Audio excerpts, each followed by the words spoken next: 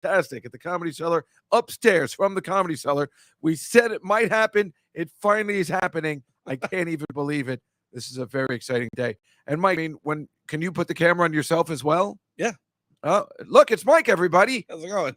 He really does exist. He's not just a figment of my imagination. I'm not an AI construct. Hello, everybody, and thank you so much for coming. This is exciting. Oh, you know what? Do we see the chat here? Yes. Oh, Look up. Oh yeah, there it is. Anonymous. Hi, Aunt Judy. You just put it up for me, so then that's perfect. Oh, good. This is great. We love to have Aunt Judy here early. That's true. Catalina, hello. I'm glad everybody's already here. Can you believe it? We're in studio today. And this is the Comedy Cellar Nightly Show, providing advertising for the Comedy Cellar itself in New York City, in the West Village, and in Las Vegas, with the great Mark Cohen as your host, is the Mr. Rourke character at the Comedy Cellar Las Vegas. Today, if you are in New York City, you can see an hour with Keith Robinson. That's 45 minutes too long. But no, if you happen to be in the city in an hour from now, he will be starting at the Fat Black, an hour with Keith Robinson, let alone everybody's here. I was here last night. I saw Sam Morril. I saw Jim Norton. I see all the hits, and everybody's here because this is the place to be, the Comedy Cellar. So now that we've kind of gotten this monkey off our back, hello, Jenny Cohn Sanchez. It is we can do this more often. We can have guests because we have this lovely studio with the cameras and everything. It's like I feel like a real person. It's very exciting here. It's so weird seeing Dave without the "Wish You Were Here" poster behind. Oh yeah. Yeah, so I think in September I'm going to start using, different week ones. Remember, I changed them every week back then. I just left that one up.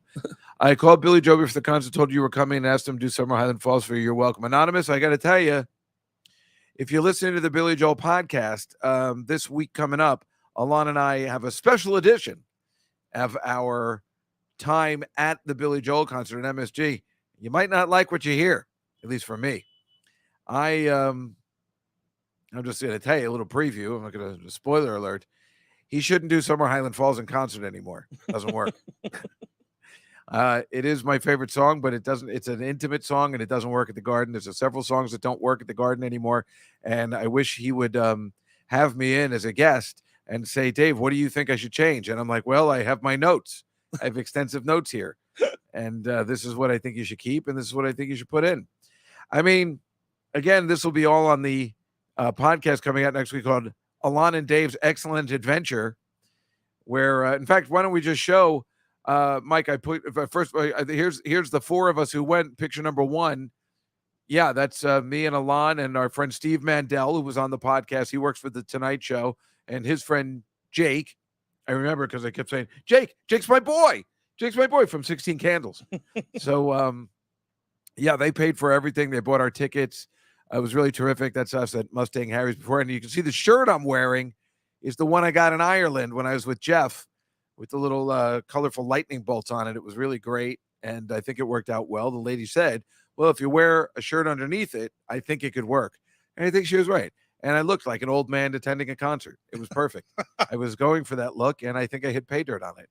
So, but yeah, there we were. And then, of course, number two is just, yeah, that's drunk Dave Juskow. It's like annoying everybody. Because imagine it's in a festive crowd, and yet still like, why won't that guy shut up? Does he really not like Billy Joel? But yeah, I was having a really good time. We were really drunk. Look at that. That's so much fun. Thank you, Mike. The third picture. Oh, well, this third one I was going to say, see, this is a whole nother thing. Okay, so I'll just tell you about this third one. This is from our beautiful friend Marcy.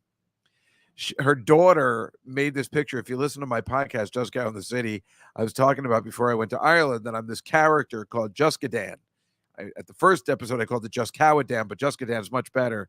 And that stands for Juskow all day, all night. That's right. Super party mode, Juskow. And Marcy's daughter made this awesome picture. I look exactly like Nicolas Cage there with, I think she said, it says probably weed, the beer, the cape, because I keep playing the Superman thing behind me. And it's Juskadan, able to what is it? Able to give back wine at a single, like able to annoy waiters at a single bound, that kind of thing. But I remember when I was going to Ireland, I'm like, I'm going to be this character. I go with the flow. Like when Jeff asked me to go see that stupid Bob Dylan show, I'm like, yeah, it sounds great, and that's the character I needed to be when somebody invites you to go somewhere for free. So I was in my character, and I started that character. Yeah, isn't it great, Jenny? That's an amazing photo. I really thank you, Marcy. Marcy, yeah, I asked Marcy if it would be okay if I showed it, and yeah, it's your daughter's very, very talented. Yeah, see, Catalina even says your daughter's crazy good. She really, really is. That's a. Can I see that again, Mike? Or is it too late? Oh, we got it. I can't. It's such a good picture. I love it. I love it. It's so cool. She's really a good artist. I mean, I don't know what her plan is, Marcy, but if she's going to do like comic books or something, can't you see a Just Dan comic book coming out? It's the ultimate party guy. Yeah. Just Dan. Anonymous did take exception to you. Summer Highland Falls? Yeah. Anonymous, you weren't there.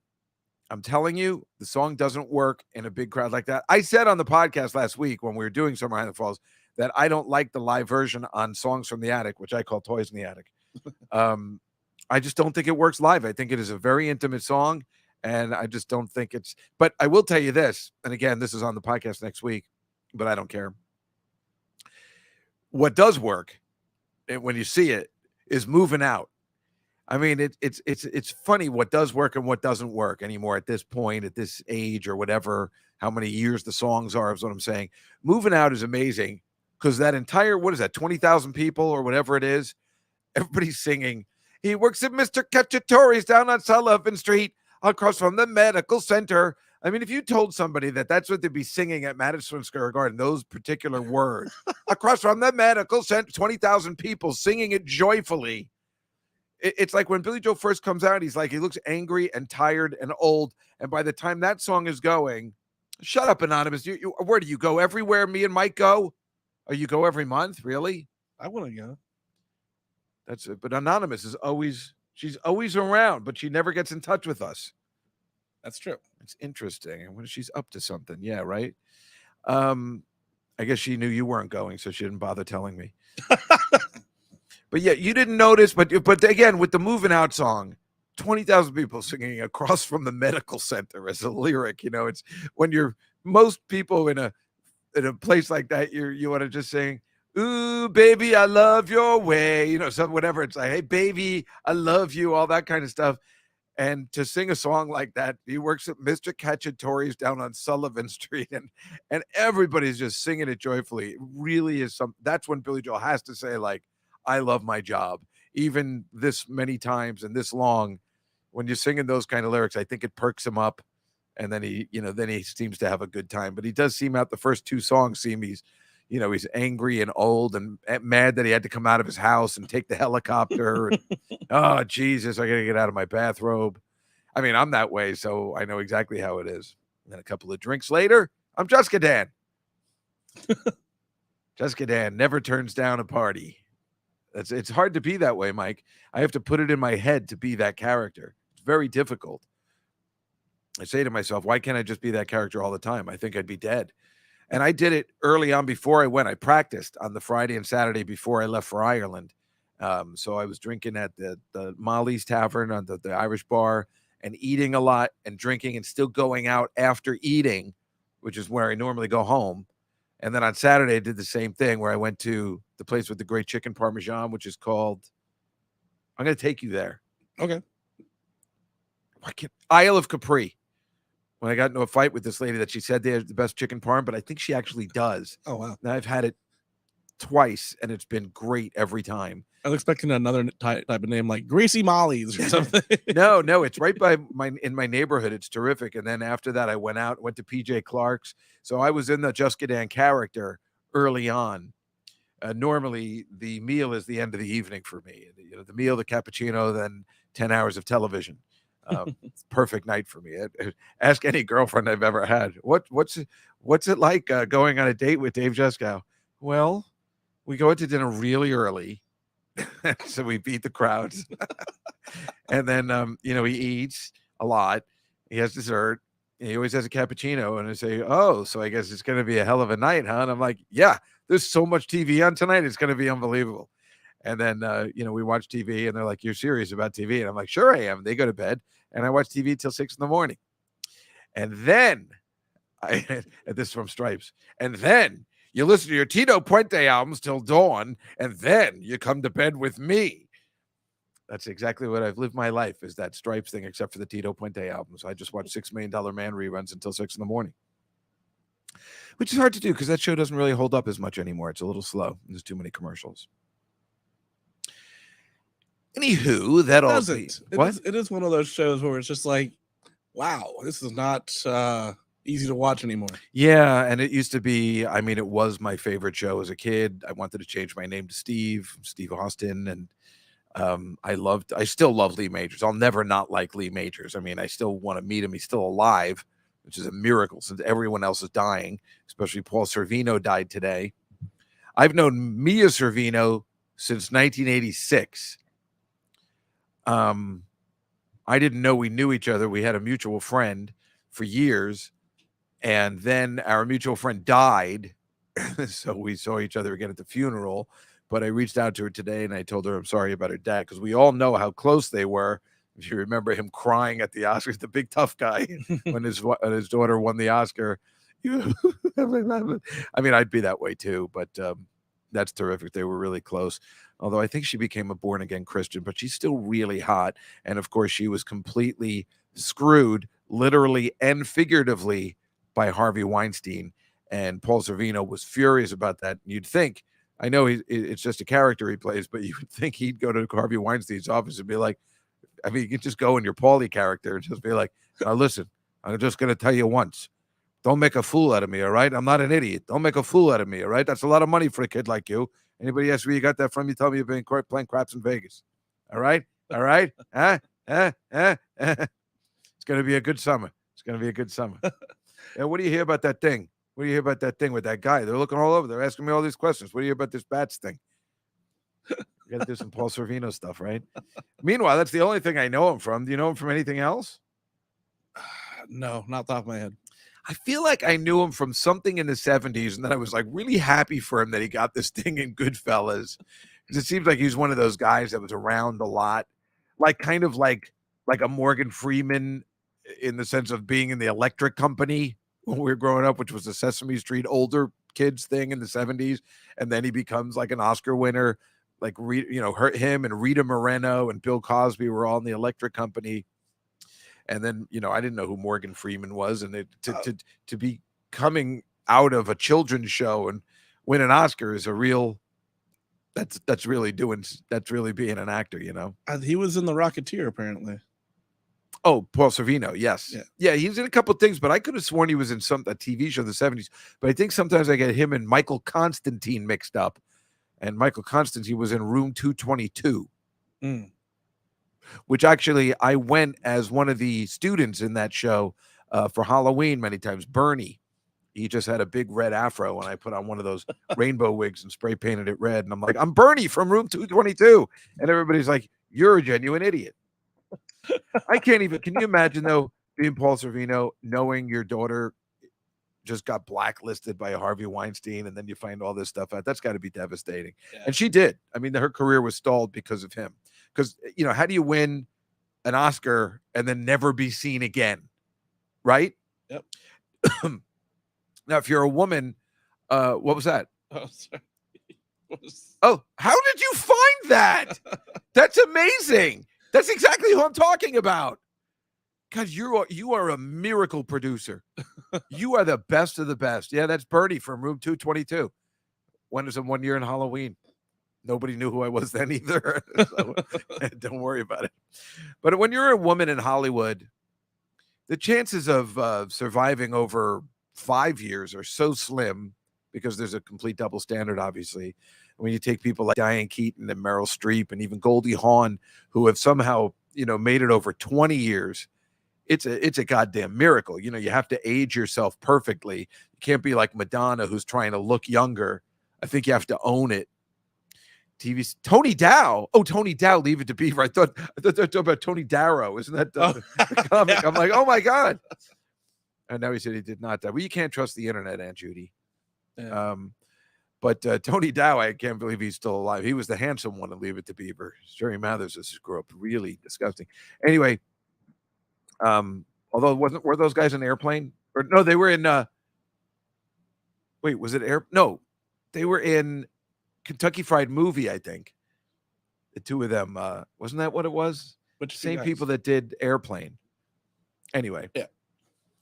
But yeah, when you're like, so I mean, to be young and beautiful like she was in Mighty Aphrodite, and then just never be seen again, it's weird. The thing about somebody like Hilary Swank, she's a 2-time Oscar winner. Where the hell is she? You know? And then you question yourself whether Harvey Weinstein had something to do with it, or whether they just retire, or whether they really just can't get work because they've become 35. Yeah, now she like just rescues dogs all the time. Like that's her passion now. Well, but the question is, did she choose that, or did she just not get work? How do you win 2 Oscars and not get work for the rest of your life? 2, you know? Diane Keaton won, I think she won 2, and she's still working, obviously, but she's perfect. I mean, she, like boys like Tom Hanks or Steve Martin, who, started out being funny young guys, and then they matured so well, they get work for the rest of their lives. But it's easier for guys, I just always feel bad for women like that, Meanwhile, Meryl Streep is so cool in what's that the one that was out during the pandemic? Don't Look Up. She's so beautiful. She looks so cool as the president. She's sexy. That is good acting. I remember once I saw this play called The Tale of the Allergist's Wife. And it was, the reason I went was because it was by Charles Bush III, who before that show had written Vampire Lesbians of Sodom. I don't know why I can remember this stuff. It was a play on Broadway called The Tale of the Allergist's Wife, and it starred Tony Roberts from the Woody Allen movies. And that's why I went, because, he was my hero. It's like, I feel like I'm in the middle of a Playboy centerfold. Max, we've got to go to California. We'll play tennis outdoors every day. There's no crime. There's no garbage. Clearly, Harvey put the freeze on me, Scruffy Bones. I mean, clearly. That's why you haven't seen me in a long time. But yeah, Tony Roberts and Linda Lavin was in it. TV's Alice. And one of the girls from Dallas. And I remember, like, Linda Lavin, I'm like, I've never found her attractive. Like in Alice, I'm like, she's so repulsive to me. And she was such a good actress in this play. I'm like, she's turning me on. And she was like 70 already. Like, I mean, that's good acting. And I remember that's the end of Act 1. I feel like I'm in the middle of a Playboy centerfold. And I'm like, oh, this is good. This is good. This guy's good. Yeah. I think I've seen it. Why? Who the hell would know Charles Bush III? Maybe I'm just gay. Meanwhile, I'm still mad at that magic show that was next door. I'm still angry about that. That was going on yesterday. I really wanted to go in and tell that MC off. So what happened? He almost killed a little girl. She just walked off the stage and she didn't take the steps. And the guy didn't even care. Didn't I tell everybody this last week? I don't remember that. Really? Yeah, but it was a busy week. For you? Yeah. Oh, my weeks are never busy anymore. Maybe. Yeah, I don't remember. But yeah, I saw a magic show last week and it was so bad and so horrible. Meanwhile, the girl I went to see, and by the way, her husband is going to be on our Billy Joel podcast. His name is Joel Osborne. He's a very funny comic, very handsome. He's going back to Australia today, and he is like friends with Steve Byrne. He put out a really good Instagram today if you want to follow him, Joel Osborne, and he'll be on Billy Joel A to Z. And our guest in the letter S's. We start the tease. I was talking to my friend Evan. He's like, you have to get Billy Joel. You better start it right now. Today's podcast I talked about, Angela? Yeah, right, because that would make sense that it came out today, yeah. I thought I talked about it on this show. Oh, I mentioned it on Marina. I mentioned it on everything except this show. How can that be? Because it happened the day before. I guess we just I think you may have, but you didn't really get into it very much. Right next door to where we are right now there's a magic show on Mondays called Monday Night Magic. That's what I named my podcast this week. It's such a great name for such a horrible show. And the MC he invites this girl up. She's 9, and he's making these balloon animals, and he keeps popping them. And she's like, "Can I please have one?" It was so fucking sad. The guy's like, "This isn't funny for a 9-year-old. You know, maybe it's funny if I'm on stage or something like an old man or whatever that you're doing it. But this was just sad. The girl wanted a goddamn balloon animal. The guy's doing balloon animal tricks anyway. He's obviously an idiot. I don't know whether you guys remember, but I grew up with David Copperfield. He was my camp counselor. And I saw him at a party once where he was performing, and I didn't know he did magic. I was 9, and maybe he was 13 or 14. And I'm like, and I came down and I'm like, "Dave, what are you doing here?" He goes, "I do magic." I'm like, you do magic? This I gotta see. Except I said it like this. "So you do magic, huh? Well, this ought to be interesting." So he was great. And I'll never forget. I probably told it. I know I told this on my own podcast before, but the reason I remember it so clearly, not just because he became famous, I remember it before he became famous because he was older than me, and everybody went upstairs for ice cream, and I didn't like ice cream at the time. And he said, "So what did you think of the show?" Like, he asked me my opinion. And when you're 9 and a 13 or 14, a teenager asks your opinion, you don't forget stuff like that, right? Because it's a big deal. And I go, "Well, you want the honest truth?" "I don't know if I'd go with the balloon animals anymore. I don't know if I'd open with that or I'd close with that." Whatever I said, I said, "You got to go bigger. You got to make something big disappear. Something big." Well, yeah, that was my 9-year-old. Yes, I did, Aunt Judy. I did. I think you bought me a TV magic hat. Uh, Thank you for that. I was horrible at that. I didn't have any patience. I know, but now I like ice cream, Angela. But as a little boy, when you don't like ice cream, you get a lot of shit. So I just waited for everybody to go upstairs, and we talked for a while. And he showed me this great trick. If I next time if I have a rubber band, I'll show it to you. He makes all those dates disappear. Well, that's yeah. So the next Monday on the bus to camp, he was telling everybody, "Oh, I saw David Friday night."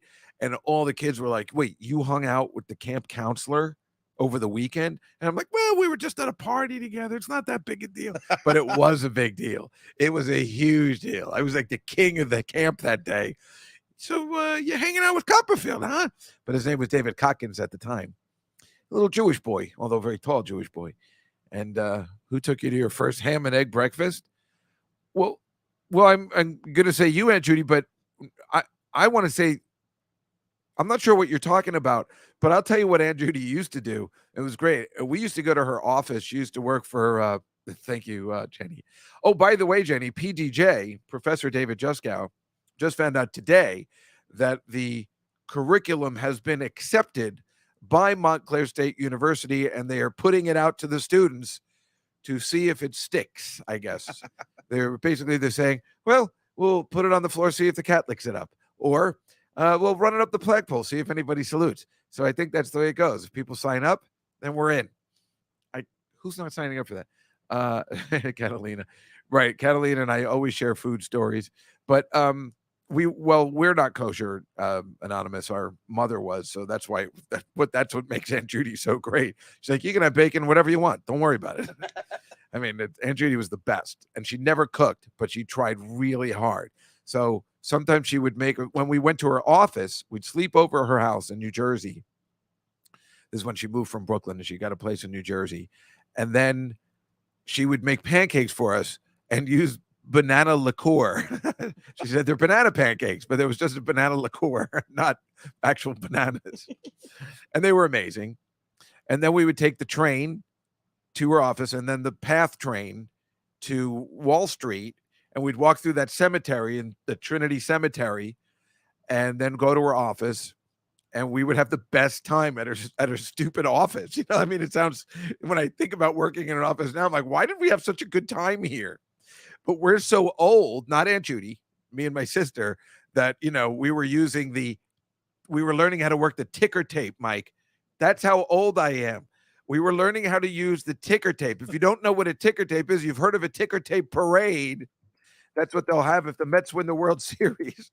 They used to have the ticker tapes. That's what you read on the stock market, these little holes in a tape that and a telex machine before faxes. And we would go to this place, and then it was the best. We'd go there, we'd work a little bit because I guess her boss was gone. We found that out later. We didn't really. We thought this was her life all the. Yeah, there it is. That's me and my sister reading the ticker tapes. Aunt Judy showed us how to read the ticker tapes.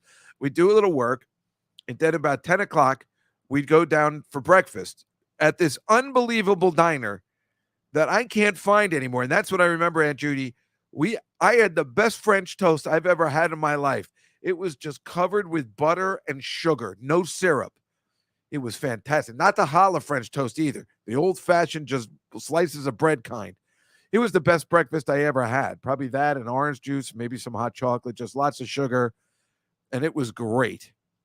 At this little restaurant, and this, when in Wall Street, it was so all these restaurants and bars were in buildings. So it was much different than living in New Jersey. And then we'd go back, do a little bit more work. And then at lunchtime, she used to work at the credit union. I guess I don't like challah French toast, Anonymous. I like the regular old-fashioned French toast. She'd work at the credit union, I guess, for extra money, whatever that was. I still don't know what it was exactly, some sort of pension thing. And we just sit in the back, and there'd be like a window, like you'd be making a sports bet, and everybody would come there, and they'd yell at Aunt Judy about their taxes or their 401ks or something. And we'd just be eating like sandwiches there while we have lunch. But we loved it. I mean, my sister was so happy working at the credit union. Aunt Judy was the best, and she still is the best. And then we do some more work, whatever that was. Oh, she was the president of the credit union. I tell you, I'm sorry, I didn't realize. And then at 4 o'clock, we'd go downstairs for a coffee break. Now, of course, as you all know, you can tell you all now, Aunt Judy went down for Jack Daniels. But my sister and I had hot chocolate.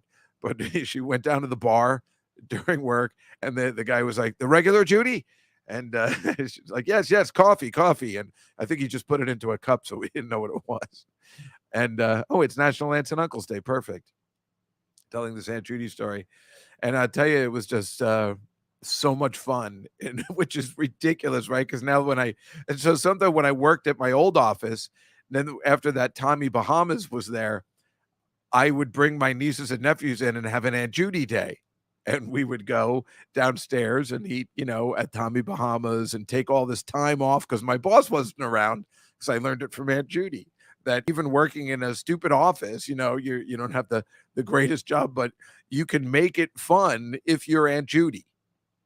And I definitely learned that from her. And it was so funny because my nieces and nephews were like, "Oh, we love going to your office, Uncle David." And I'm like, "Why?" It was just like sad, but I always had candy there. So I think that had something to do with it. But Aunt Judy's the shit, and she always has been. And, there it is. I hope that all of you get to experience an Aunt Judy in your life someday, or have. All that being said, I guess I did prepare some slides. I don't know how it's going to work today. I guess I can see it on the monitor. Right, Mike? Yeah, 1 second. All right. So I guess we'll give this a try and see what happens. It's very exciting. I don't have to do anything. So it's kind of great. I'm hands-free. So, I guess I don't have to tell you that. Yeah, there we go. Well, there's the first one. Everybody can see it? Yep. Wow, and there's a big picture of me, too. I'm not like a tiny, but with the Statue of Liberty. Oh, it's very tiny at first. I'm sorry. See the Statue of Liberty every day. Oh, look at that. So this is perfect. Oh, yeah, right. There's a little of me. Well, that's fine. That's beautiful. So, I always start with, for some reason, the prince and the queen or something. For some reason, I just thought this picture was so stupid. And it looks like he's trying to have a good time with this guy in like a copper shop, Prince Charles. But, this guy has no sense of humor. So whatever. Oh, I see you. Like it just looks so fake. I don't know. It just bothered the hell out of me. After you see The Crown, you just hate Prince Charles so much. You feel like he really killed Diana somehow. And he's like, oh, and then that guy's going to be king. I can't have it. All right, let's go to the next one. Oh, and there's Prince Harry talking at the UN for some reason about Nelson Mandela.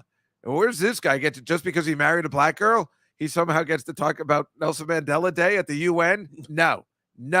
And apparently, if you go to the next one, this woman is apparently horrible, this Meghan Markle. There's a new book, if you go to the next one, that one of Prince Harry's best friends put out, Tom Bauer, I guess, and it's great.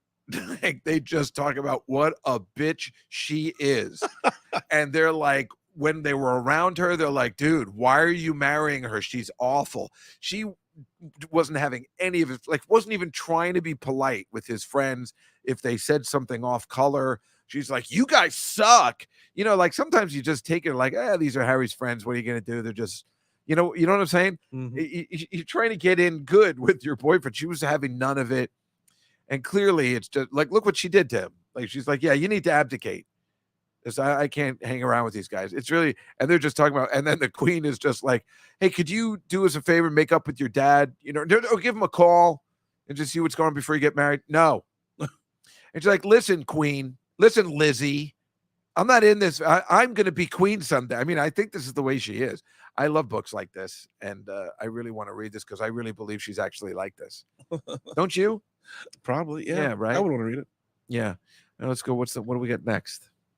All right. Every Jew's favorite photo of all time. Well, we know he was in Israel the day before, and I guess he's trying, but we know this guy is a murderer. So this is a tough. I mean, well, I'm doing Godfather stuff. I'm like, well, now who's being naive, Kay? Look, presidents and senators don't have people killed. Now who's being naive, Kay? I was thinking of it. They accidentally photobombed the guy in the back. Yeah, that's my favorite. He looks like that idiot from War Games who can't open the door. Who's like, so how would I do a backstroke? Wow. Thank God, Mike, you are the best that you know all the references. But it's like, how could you, all right, I wanted to do the line again, like, President's right. Now it's been like, okay, my father's way of doing business is over. In 5 years, the Corleone family will be legitimate. Now, that's all I can tell you about my business now. And then after he said, now that's all I can tell you about my business, I'd be like, all right, I am out of this. And if that's all you can tell me, who talks like that? And then he asked me to marry you? Go screw yourself. She should have known better. I'm just saying. That's all on Diane Keaton. What's the next one? Oh, yeah. So this is Donald Trump at his ex-wife's funeral, at Ivana's funeral, which is so funny just because that picture looks like the Bohemian Rhapsody cover. Like, I don't understand how that photo's even, how is that taken? Was that posed at a funeral? It's insane. At least he went. I mean, that's something. I mean, he should. It's Ivanka's mother. His youngest son is a homunculus now. Look at him. The one who's the tallest one? Yeah. Yeah. Yeah, I didn't even know who that was. I don't know. Who's the person in the middle? Oh, I guess that's one of their wives or something. Probably. Yeah, and what's the next one? I think is from my yeah, so my sister took this. These are her neighbors, and her daughter got married. I know them all. And they invited Donald Trump to the wedding, and he came. It was at his Bedminster place in Jersey, and my sister was invited. I was surprised I wasn't invited because I know these guys really, really well. They're actually very nice people, but they invited Donald Trump to the wedding, and he showed up. And there's actually a video my sister took of him playing golf the next day where he came in, and everybody was so excited to see him. Because there are places on this planet, as we know, that he is just absolutely beloved. But a lot of that photo, a lot of the people, makes them sick. Oh, real quick, Anonymous said that's Kimberly Guilfoyle. Oh, that's right. That's the right. That's the one he broke up because his wife and him used to live across the street from me. The one, I guess, with the goatee. And right, then he went out with Kimberly Guilfoyle, right? Because the one he was married to I think she still lives in my neighborhood, and that caused me so much problems that he lived across the street from me. Secret Service was taking up all the parking spaces. It was a nightmare for me. Good riddance. Yeah. And then he's 6'7". 6'7". Holy that's tall. So. Fuck, that's basketball tall. Yeah. What's the next one? Oh. Right. Oh, so can you play the video? You don't have to do it yet, but are you going to be able to? Of the Cannonball Run? Yeah. Yeah. We won't be able to hear it, but they will. Oh, okay. So these were outtakes from his speech he was making. They played it at the January 6th hearings. And all I could think about was the Cannonball Run outtakes. I just added them again. That's what it reminded me of. If you can. year we're going for These it. are No. nuts. Can they hear me? They can hear you now. That's my favorite scene, Terry Bradshaw and Mel Tillis. Yeah. Perfect. I would This take was the those best part of rosary the movie. bleeds and stuff them up your nose. These bleeds? These bleeds? Those bleeds, yeah. You gonna take these? How gorgeous is I'll take these Holocaust? bleeds here. What? She's in this I don't scene. care. Look at her. I mean, she is just, what a stunner. That's gorgeous. I don't TV care. movie. Stop laughing. Isn't that, I don't is that care Roger Moore in the because- background? Yeah. Yeah, isn't that great? You're gonna get a slap. Yeah, look at I him. always wanted to be Captain Who's the guy on the America. motorcycle with the bride? The bride versus the bride? Bert Convy? Yeah. Yeah, from Tattletales. Yeah. So that that Mel Tillis and the guy from the Steelers, Terry Bradshaw, Mhm. that is the absolute best because their scene was just drinking and driving. So when you're a kid, this is 1981, and I'm a big proponent of drinking and driving. I'm going to the beach with Outside Steve on Thursday, and he goes, "Well, how are you going to go home if you're drinking?" I'm like, "Steve, you still don't get being from the '80s, do you?" So their whole thing was that they had a car full of beer, and like, didn't you get anything to eat? And they just have a little thing of chips, and it's just laughing, and the audience is cracking up, and then they drive into a pool because they're so drunk. Well, they're also trying to escape the cops. Right. But when you're sitting there as a kid, you're like, oh my God, I got to get drinking and driving. This is going to be great. Especially you see Arthur. It's that same year. And remember, he's like driving up. Now Bert was. Oh yes, he was, Liz. He was one sexy motherfucker. Yeah. Then Arthur had drinking and driving that made it all look glamorous. How could anybody from the 80s not want to drink and drive? It all looked so glamorous. I really try hard now not to. And then, what the beauty is, though, the kids these days are totally growing up not doing that and taking Ubers. They're actually very responsible and good for them. It's working, right? I agree. Yeah, somebody like yourself is probably very responsible about it. But all of us folks from the 80s, we still love it. We still want to see if we can make it, which, of course, you're not thinking about the other person, which is bad. But anyway, let's go back to the next slide. Thank you for showing those outtakes. I couldn't get enough. Oh, yeah. So this is, what was this guy? Cameron Smith. He won the British Open. I watched it.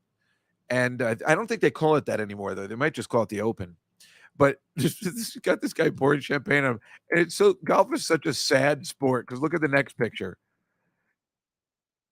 See, that's the Golden State Warriors celebrating with their teammates. Now that looks like a party. How sad is it for one guy pouring champagne over another guy's head? And that's all. Oh, hey, stop it. And let's go to the next one. Is the same. It's even better. That's Steph Curry. Yep.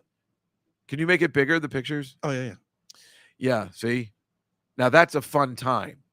That's a party. Being a golfer must suck. Golf or tennis, the individual sports, it's not as fun when you win as celebrating with your teammates, right?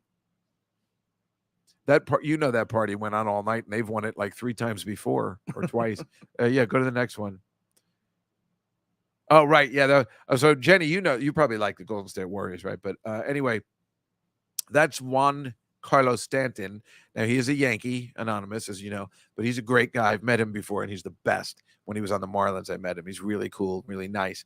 What I'm showing this picture now, he won the MVP for the All-Star game. That was last week. What I hate is the uniforms. They just made everybody consistent and they ruined. Now, the next picture they show again that, see, it's all, see, they're missing the fun. If you go to the next picture, I think this is from the 80s. It's Keith Hernandez. See, they were all wearing their uniforms. And that was the fun of the All-Star game. Yeah. Is that they're all together. Like, I mean, obviously the home team was in white or vice versa, whatever, and the other team was in their away uniforms. But all the hats are different. They're all wearing their own hats. They ruined what is fun about the All-Star game when it just looks like they're on the same team. This made it more like, look at the 1969 picture, the next one. The helmets, the hats alone is what made it fun. Yeah. That everybody, then it made it, wow, this is so cool that they're all together wearing their own jerseys. I huge mistake, and the All-Star game's stupid anyway. But if Mets 7 games behind, shut up, Anonymous. Today the Yankees are playing the Mets, so it's a big night. If the Mets win tonight, Anonymous, I'm really going to let you have it. If they sweep the Yankees this week, you're getting. Yeah, I know. I love the Expo. I miss the Expos. Before the baseball strike in '95 or '94, the Expos were in first place, and they were possibly going to meet the Yankees in the World Series. What could have been? Then they, after the strike, they went away. I missed the Montreal Expos. I always liked them. They were kind of interesting. I don't know why. I liked Felipe Alou. One of my friends' dad looked just like Felipe Alou because he used to wear an Expos cap. And we think he did it because everybody knew he looked like, they thought he was Felipe Alou. It would be like me going around thinking I'm James Spader. I do sometimes. I can't help myself. Yeah, let's go to the next one. What else we got? Oh, so this is the girls' soccer team, the U.S. girls' national soccer team. They just won something. They always win. They beat up on some stupid little place, and this for some reason ensures them of going to the Olympics in 2024. I don't know how you win something in 2022 and that sets up the Olympics for 2024. But the next slide is who they played. What the hell? The type of thing you gave me wasn't the right type of file. Oh, I forgot to. It's my fault. It was the right type, and I forgot to. I know exactly what I did wrong, and I forgot I was doing it at 5 a.m. last night. I forgot. Damn it. What are they called? What was what called? Who they played? Oh, it was a joke. Oh, it was these women, like these Indian women soccer team that like just look like they're lost, like, oh, I saw that and I knew it. I'm sorry, everybody. I ruined the gag. I'll try again next week. Let's go to the next one. okay.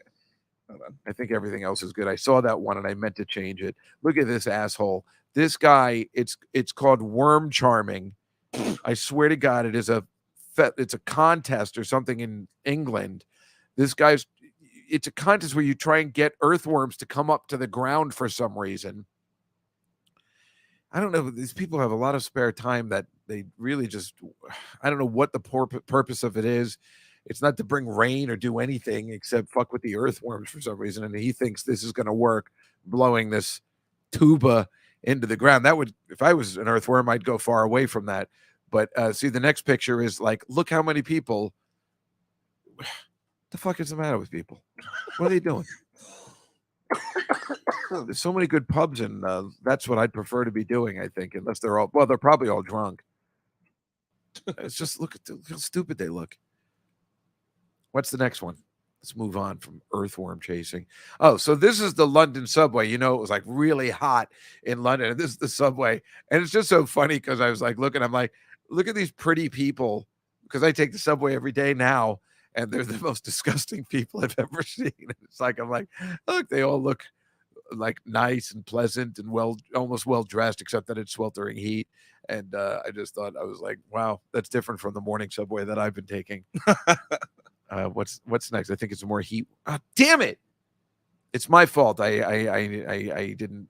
This is the first time we do it. I'll figure it out. You'll see. It's okay. Well, look, I think I got this one to work. You did? Yeah.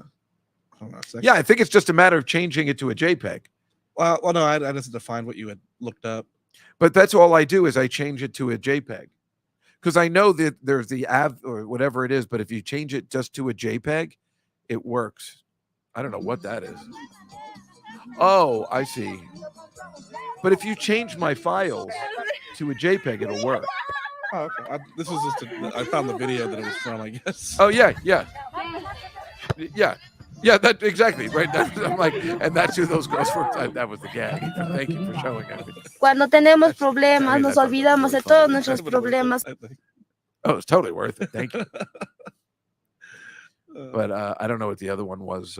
But I don't mind moving on. They're not that funny a gag. That this is really fun. I'm having such a good time in here today. I love it here. I love the fact that when you're in town, we can do this. Oh, yeah, me too. And when you're not, we'll go home and mix it up. It's fun. And I walk here from work. Oh, yesterday was so hot for walking and dressed like this. And I've been carrying this backpack. My back was so drenched in sweat when I got home.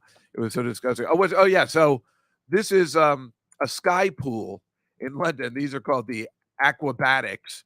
These fucking idiots. Oh, that's what that is. Yeah, they're taking up all the room in the sky pool when people need to be doing their stupid show. I'd be furious if I finally got to the sky pool and I'm like, oh, you have to wait for the aquabatics to finish their show. And I'm like, shut up. So if you go to the next one, you see what it is. Look at this. That's I'd shown this I think last year on one of the football shows. I mean, that's cool. I think it's a hotel. I mean, that would be fun. I would very much like to do that. Look at the other shot, the next picture. You can even see it. You see it from space. It connects one roof to the other. That's the only way you can get to the roof. It's a great way to teach kids how to swim. Like you leave a chocolate bar on the other side, and they're like, well, if you want it, you're gonna have to get in the pool. But it looks so cool, doesn't it? Yes. Yeah. Sometimes I like to look at it. Yeah. Let's go to the next one. Damn it! What does it say? Same thing. If you change it to a JPEG, I don't know whether it's worth it. It's not letting me. Hold on. Stop. That's all right. Yeah, there's like 5 of them. It's my fault. I didn't. What, is it? Oh no, I know what the file. I think they're AVIV files, but on my machine they work, so I don't think it's that. But next time I'll know. Right. I have to change them to JPEG. Yeah, this one doesn't have a lot of stuff on it. If it was my laptop, it would probably work too. So can you change it in the folder that I gave you to just see if that's the answer? That's what I tried on this, but it doesn't work. Just change the file name, you know? Yeah. Shop talk, everybody. Yeah. Like nobody knows what a JPEG is. The next one that works is Fluffy. Oh, well, then it doesn't work because it was some water buffalo that was breathing fire, and then I just had Fluffy from Harry Potter. Okay. Yeah. Let's go to the next. Well, let's see what else is, if anything else works. Okay, great. Oh, well, this is all I would need to work because you're gonna like this. So this is artistry in I don't know, somewhere in Rio de Janeiro. Because when my baby smiles at me, I go to Rio de Janeiro. So that is a painting or whatever it is on the sand at the beach in Rio. If you go to the next one, you can see it. Sorry. Is it my fault again? Is it a bad file? It is, isn't it? Yes. Damn it. That's okay. Because the next one is definitely a JPEG. And what I'm saying is I would just fuck that up like I did in the next photo that you see me at the beach, I think. Yeah. See? Don't block the vehicle lane. Screw you. Yeah. Look at the next one. Now I'm in big trouble. That's my favorite one of all time. That is the best one. I love that picture so much. How is that not my headshot? I don't even know. I mean, that is the best photo ever taken by anyone ever. I'm so glad you appreciate it as much as I like it too. That is a good. Thank you, Anonymous. You're damn right. That's sexy. Look at that pose. That's me on Thursday. No, I'm not drunk. No, I mean, I am drunk, but I still posed for the picture. I mean, you know, I forget how funny that picture is. That made my day. I'm so glad. It is a classic. I got to do something with that. I guess I'll just put it on Instagram. I think I did before, but it needs to, now that it's the summer, it needs a callback. Yeah, exactly, Marcy. It's a brave photo. I know it, but it's that funny that it's totally worth it. No, I meant right now. Oh, she wants me to pose that way now? No. Are you drunk? Oh, am I drunk now? No, I'm all coffeed up. Yeah, I know that truck is like, they're like honking. But the real backstory is I paid them $20 to do it. So it was all posed. But, for comedy purposes, you see, if you zoom in, the girl in the back is taking the photo. That really hot girl in the back. She's actually 50. Yeah. See? She was really nice.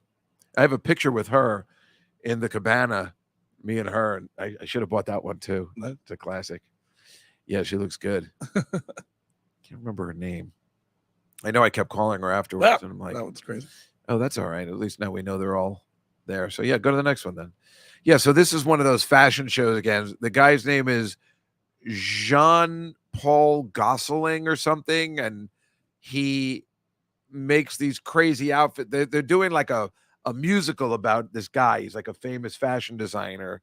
He's still alive, I guess. And you know, I love showing this crazy fashion shit. But if the next one, he's the inventor of the Madonna cone bra or cone, whatever it was called, cone bra. Yeah. So he's been around a long time. But I thought his name, I thought he was related to Mark Paul Gosselaar, which is the next photo, and that's why that was that gag. Apparently, he is not the designer of the cone bra. Apparently, Zach Morris from Saved by the Bell did not invent the cone bra. All right, so yeah, the picture before it was this dinosaur being taken down in Turkey from an amusement park, and then of course it reminded me of Pee-wee's Big Adventure with that dinosaur with that guy, with what's her name, Francine. Who did he meet at the diner? I think so. And then her French, she was like French, right? Right. She wanted to go. Her big dream was to go to Paris. Yeah. I don't know if it wasn't Francine. I can't remember. But and then the next picture is them sitting in the dinosaur mouth. Remember, they watched the sun come. Just watch the sun come up with me, Pee-wee. And then, because that diner, if you go to the next picture, that's the diner. It was a real diner called the Wheel In Diner, and it didn't make COVID. Oh. And it just got turned down. You can see the dinosaur in the background. This is all from the movie, but you remember this place. If you go to the next picture, I think, or is it? That's where Large Marge is. Like that's where it all happened. That's where she sends him in. Tell him Large Marge sent you to that diner, which actually existed. And if I'd known it existed, it's only like an hour outside California. Gabriel, I can't believe that's not on your bucket list. Yeah. But now it can't be anymore to go visit the Wheel and Diner where Large Marge. How are we not going in there? And I never heard of anybody going in and saying, Large Marge sent me. Somebody's got to have done it before. I didn't know. I'm sure they have a sign outside saying you'll get charged twice if you. I didn't know it was a real place. So if you go to the next one, you can see they unfortunately it's demolished, but you see the dinosaur in the background. I don't know what they're planning on doing with that. I don't know. COVID, fucking COVID. Is that the last one? Yeah. Goddamn COVID. Took away Large Marge's restaurant. Worst accident I've ever seen. It was a night just like this one. Worst accident I've ever seen. Tell them Large Marge sent you. When my nieces were about 10, I showed them Pee-wee's Big. I'm like, well, here's a movie you're gonna like. They hated it. Aww. I don't know how that doesn't hold up. I don't understand. It's fun. It's so good and so funny. I was laughing so hard when I first. It's such a brilliant movie. When they said Pee Wee Herman was making a movie, we all giggled and said, "What a fucking idiot!" And then he gets Tim Burton somehow. This is like his first film, and it's a goddamn masterpiece in the sense of what it was and how it was put together. Let alone. Yeah, of course you do, Anonymous, because it's fucking brilliant. And Phil Hartman writing it, him and Pee-wee got into a big fight because he wasn't credited enough, but he's in it a little. And it's such a brilliant movie. Kurt, not Dean Curtin, the one who died from SNL. Right, Jan Hooks. Jan Hooks. Oh, there's no basement in the Alamo. Jan Hooks was a genius. Jan Hooks, had she survived, I think could have been up there with, Catherine O'Hara, Carol Burnett, Andrea Martin for my money, Lucy. Mm-hmm. These are Kristen Wiig. These are really, really talented, funny women that, well before they were making a big deal about funny women, Oh, forget JBW671, Smoking the Bandit. They'll never understand. That kid will never understand that. You would figure Pee-wee's Big Adventure really would hold up because it's ridiculousness. But Smoking the Bandit, no kid will understand that. Now, I can't get enough of that. My friend Joe calls me every time it's on. And I will sit there on a Saturday night and watch it. By the way, my friend starts this, I think it's this weekend. Live PD is back on the Reels channel. You know Live PD? No. Oh, you don't? Oh, well, you're in for a treat then if you're home on Fridays and Saturdays, which I probably not. But Live PD, if you don't know, is this awesome live cop show that's on from 9 till midnight Eastern time, which is a live cop show where they travel in a car and they arrest people live. So much so live, it was on A&E for a while when it first started. It was so popular. It was the highest rated show on cable. And I actually have pictures of me being in the studio with the guys that run it. They're the nicest guys. It's so popular that when these people would get arrested, they have like 10 cities that they're covering at the same time. When the people get arrested, they'd call their friends like, dude, I'm watching you on Live PD. It's amazing. And after was it George Floyd thing happened, they took it off the air, and I was furious, because this is a show that shows good cops, in the sense of they're very polite and they're doing their proper job. There's always going to be a couple of bad apples, but this was a show that was showing cops in a really good light. So the fact that A&E took it off is a bunch of jerk offs. So now this Reels channel was smart enough. You wait a year, you pick it back up again. It's the highest rated show on television. So you have to be an idiot to not just at least say, let's just take a break and bring it back in a couple of months. I know a lot of people that got fired that didn't have jobs. My friend worked on it, but now he's back. And they film it right down the street from me. So it's like, it's on 45th Street and 2nd Avenue. And it's up. Yep. And Cops. Oh, well, that show Cops needed to be canceled. Was over. This is a brand new way of Cops. Listen, I don't want reality either, Liz. I'm with you. I hate reality shows, but this one was great. This one for me was very entertaining, let alone it was on Friday and Saturday nights when I'm usually home, unfortunately.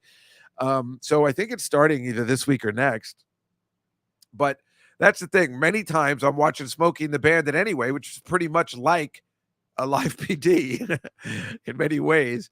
And it is funny. And it's funny that Smokey and the Bandit 2 is equally as entertaining. What are the odds of that? Meanwhile, it's funny, on my podcast, I've mentioned multiple times that Smokey and the Bandit, the original, I believe, I think either that one or the second one, it goes in 1977, it goes the box office, highest box office draw. It goes Star Wars, Smokey and the Bandit. I think so. Yeah. That's true. Yeah. I mean, but it's a drop off. Star Wars, $350 billion, Smokey and the Bandit, $90 million. That's like a major drop off. Yeah. But Star Wars, Smokey and the Bandit. So how popular that stupid movie was, let alone all the spin-offs it made, like on TV, like BJ and the Bear and Sheriff Lobo, and like all that stupid formula, which also in turn killed Burt Reynolds' career, because then he just kept ripping off Smokey and the Bandit. So he did 1 and 2, a tiny cameo in 3, which was unnecessary. Then Stroker Ace, Hooper. Cannonball Run, Hooper, right? It's all Cannonball Run's fun though. I love Cannonball Run, first one. It is fun. It's really fun, but that all ruined his career because he just never should have been in a car again. Because then you're talking about Cannonball Run is, Burt Reynolds was a great actor and he was fun and interesting. And then, you make a movie like that, which is clearly showing you're not even trying. Yeah, that's the problem. I mean, they had a lot of fun, but then you need to do something else. In fact, I think he did. Was that the next one? Did he do Bert and Liza? Oh God, where Liza Minnelli's a prostitute. Well, he did Best Little Whorehouse in Texas, which was actually really fun. That's okay. That was later. But that was later, yeah. I mean, that's, and then he did Evening Shade, which kind of brought his career back. Yeah, that but that's what he needed, a TV show to bring his career back because of all these things. And it was successful. Then he got divorced for punching Lonnie Anderson, and that got him back in the... Is that right? She accused him of domestic abuse, and when they got divorced, they basically... Well, we just watched him slap the shit out of Dom DeLuise. If he had done that in this day and age, he would have been canceled anyway. Yeah, and then he didn't come back till Boogie Nights after that. Right. And then he had a little resurgence. But yeah, I mean, Burt Reynolds in the 70s was truly the shit. Yeah. I mean, he really could do anything. I mean, how many movies did he make where he just stared at the camera for a while? Yeah. And he was such a serious actor when he first started, and then he just became kind of a caricature of himself. But you know, Yeah. you gotta be like Jack Nicholson, and you got to go back and forth. Well, we're not going to squeal Elizabeth. That's what she said. Yeah, she's just quoting the movie, but yeah, like Deliverance is a really good movie, even though it's hard to watch. I've never seen it. I've been afraid to watch it. I thought I'd be bored. That scene it's actually a very good movie. I just can't believe it's Ned Beatty. And then I was just talking about him in Network and how amazing he is, and just for this 5-minute scene that monologue he has. Yeah. But he had a lot of movies that were like I want to call them prequels, but they were like precursors to Smokey and the Bandit, because he did WW and the Dixie Dance Kings, right? Which is not a good movie, and I don't even think it's available commercially at all. Right. I get that one, and CC and the Joe Namath one. Oh yeah, CC Ryder. Right. Because the WW has Art Carney as the cop chasing them. Oh no way! Yeah, I didn't know that. It's not a good movie. It's weird. So he had the entire cast of the Honeymooners chasing him. Yeah, that's unbelievable. I did not know. Well, that's fascinating. But White Lightning's a better movie. That one's pretty good. Oh, I never saw that one. He was really trying to make that Florida bootlegging thing into like a franchise or something. Yeah, because he didn't want to leave Florida. Yeah, he was like, if I could just make movies in my hometown. He was trying to do the work from home thing before anybody thought of it. He was trying to just work remotely really early on. Yeah. Kind of brilliant. But he's dead, and he's never coming back like Paul Sorvino, and that's that. Now, the last thing you could see about Paul Sorvino is one of the funniest things, which is Jack and Triumph the Insult Comic Dog. And Jack McBrayer had a 6-episode series done by Rob Smigel. Mm-hmm. I think Esther Koo's in it as well. And there's one episode, and I think I've said this on the podcast, where Triumph can only concentrate if he smells Paul Sorvino's pants. And for some reason, Paul Sorvino is actually in it. Like they got Paul Sorvino in his pants to do it. I can't remember the premise, but I'll find out what it was. He has to sniff Paul Sorvino's pants, and then he can. I don't remember what the premise was. I just couldn't believe they got Paul Sorvino. Let alone now everybody who's in that show is dead. Maybe it's the curse of the Jack and Triumph show, because Alan Thicke was in it as well. Really? Yeah. I think I asked to be in it, and Bob's like, I don't think we have a part for you, like, ever. Oh, I know. Well, I kept, you got to ask. Otherwise, people forget about you. Right? Yeah. Who were you on TV Funhouse? Yes, I was. Yes, that's how we became friendly, me and little Bobby Smigel. And that is where I realized Triumph the Insult Comic is a goddamn genius. I can't get enough. That dog cracks me up. And one time we were on the Gong Show, Triumph was one of the contestants or the judges. And he showed me Triumph, and it's just a little small dog. He looks so big when he's on TV, It's just a little hand puppet. He just has it in a bag, and I'm like, can I see it? And he's like, yeah. And he's the best. He's the best, but he's really difficult to work for because he demands perfection. What were you going to say? I was going to say, which animal were you on that show? I was several animals. In the first episode, I was, I don't think I'm in that picture. Oh, okay. I was like a guest star. So the second episode, I played the second chimp in outer space. Because they wanted me to play the lead guy, but they found him. And then the first episode, the Christmas one, I was a lamb who was playing Santa at the mall, but was high on X. Yeah, that's what it was. And then the third one, I was a calf who had his own. He was decorating his pen and had his own TV show about how to decorate your pen. Gotcha. Yeah. So, yes, Michael's always pretty good. He usually gives me a call every once in a while, which is nice. And of course, as you know, I will be continuing the TV Funhouse vein on TBS when we do Stupid Pet Tricks, as I will play another in a series of talking dogs and rabbits. as you know, I do Damone from Fast Times at Ridgemont High as a talking rabbit. Very excited. Hey, I thought we were going gluten-free tonight. Hey, listen. Hey, Sarah, what's happening? Anyway, where are you going to be this week? Now that you're in the city, Mikey. This weekend I will be at Laugh It Up Poughkeepsie on Friday and Saturday with Rich Voss. Oh, were you in Philly this weekend?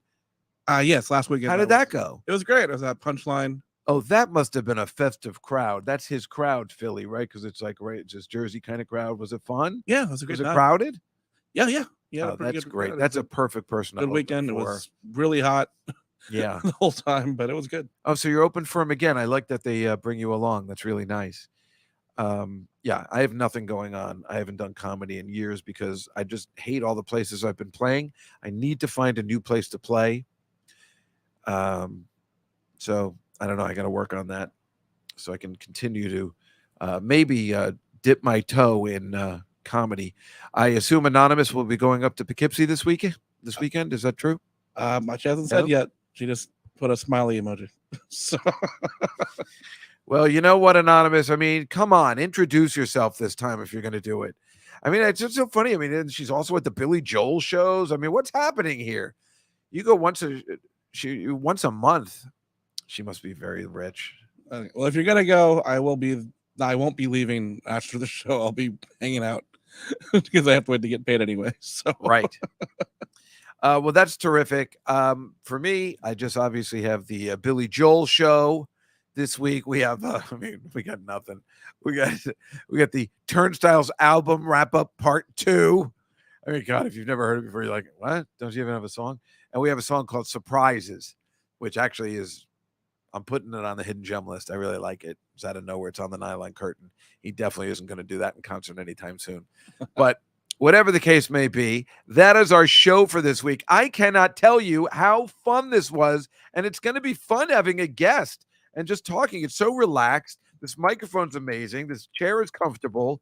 This is going to be fun, Mike. Thank you for setting all this up and really taking the time to put all this together, because I think when he got here today, he was here 2 hours early setting this up. This place, people treat this place like a bag of crap, and they don't seem to care about people like Mike, where he's got to put everything together again. I mean, they use it for a lot of other things like practicing band practice and stuff like that. But Mike, thank you so much for spending the time. You take pride in your work. It shows. Shut up, Anonymous, with your stupid Yankees. God damn it. Because you know what's going to happen. It's just always bad for the Mets. But Mike, thank you so much for everything. And I don't know, I guess, are we going to be back here next week? Yeah, if you want to be. Yeah, every time you're in town, let's just do it. Back here next week, maybe we'll get a guest. What's that all about? And then, we'll do that root beer test soon, but I can't decide when I want to bring the bottles in. So, because my friend isn't at the bar that I want to keep the bottles in. So, she's not here next week. So, whatever. I told her to come in after work because she's the best. Her name's Lindsay, and she's amazing. She works across the street. We just got to get guests like some of the bartenders we know and stuff like that. That'll be fun. Sure. Anyway, thank you so much, everybody, for joining us today. This has been so much fun for me. I hope you enjoyed it too. I think we're ironically hitting our stride after 2 years. So this is so much fun. Yeah, and the chat is the best. And thank you all for being here. And we'll see you next week on the Comedy Cellar Nightly Show. Don't forget to come down to the Comedy Cellar if you are in New York. So Anonymous says, has a great trip, Mike. Drive carefully. And we'll see you all next week on the Comedy Cellar Nightly.